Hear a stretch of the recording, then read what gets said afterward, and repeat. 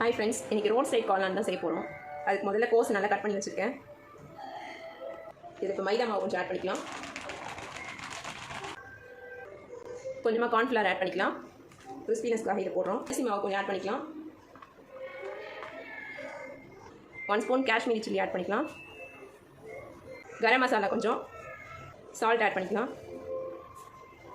பூண்டு கொஞ்சம் ஆட் பண்ணிக்கலாம். இஞ்சி கொஞ்சம் துருவினது. இது எல்லாத்தையும் நல்லா மிக்ஸ் பண்ணிக்கலாம். தண்ணி இப்போவே போடக்கூடாது, ஃபஸ்ட்டு நல்லா மிக்ஸ் பண்ணிக்கோங்க. இது நல்லா மிக்ஸ் பண்ணியாச்சு. இப்போ கொஞ்சமாக தண்ணி தெளித்து பிசைஞ்சு லைட்டாக தெளித்து பிசைங்க. ஒரு 5 மினிட்ஸ் வச்சுட்டு அப்புறம் ஆயில் சூட் பண்ணி பொரிச்சு எடுக்க வேண்டியதுதான். இப்போ ஆயில் நல்லா சூடாயிடுச்சு. நம்ம ரெடி பண்ணி வச்சுருக்க மாவை இந்த மாதிரி போட்டுக்கலாம். இது ஸ்லோவாக நல்லா குக் ஆகட்டும். பிளேட்டுக்கு ட்ரான்ஸ்ஃபர் பண்ணிக்கலாம். இப்போ இதை நல்லா பிளேட்டுக்கு ட்ரான்ஸ்ஃபர் பண்ணிடலாம்.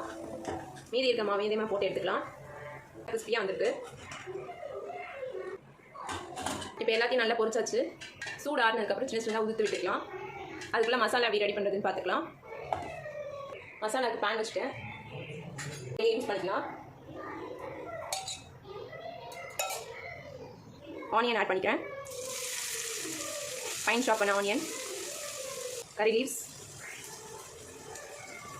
இப்போ க்ரீன் சில்லிஸ் ஆட் பண்ணிக்கலாம். இஞ்சி பூண்டு ஆட் பண்ணிக்கலாம். சில்லி சாஸ் ஆட் பண்ணிக்கலாம். கரம் மசாலா கொஞ்சமாக போட்டுக்கலாம். ஏற்கனவே போட்டிருக்கோம், அதனால் கொஞ்சமாக போட்டுக்கோங்க. Kashmiri chilli powder 1 spoon add பண்ணிக்கோங்க. சால்ட்டு, டொமேட்டோ கெச்சப் ஒரு 3 ஸ்பூன்ஸ் ஆட் பண்ணிக்கலாம். சோயா சாஸ் கொஞ்சம் போடுறேன். போட வேண்டிய மசாலா எல்லாம் போட்டாச்சு. இது கொஞ்சம் நல்லா குக் ஆனதுக்கப்புறம் வாட்டர் ஆட் பண்ணிக்கலாம். இப்போ வாட்டர் ஆட் பண்ணிக்கோங்க. வாட்டர் நல்லா கொதிச்சு வரட்டும். இப்போ நல்லா கொதிச்சிடுச்சு.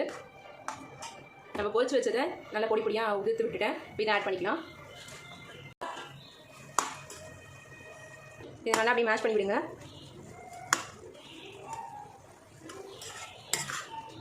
சைட் காளான் சூப்பராக ரெடி ஆகிடுச்சு. சர்வ் பண்ணிடலாம். ஸ்டவ் ஆஃப் பண்ணிடுங்க.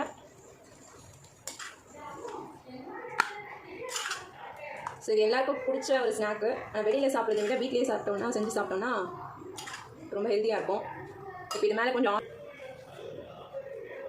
ஃபைனலாக சாப் பண்ணி கொத்தமல்லி ஆட் பண்ணிக்கலாம். ரோட் சைட் காளான் ரெடி. தேங்க்ஸ் ஃபார் வாட்சிங்.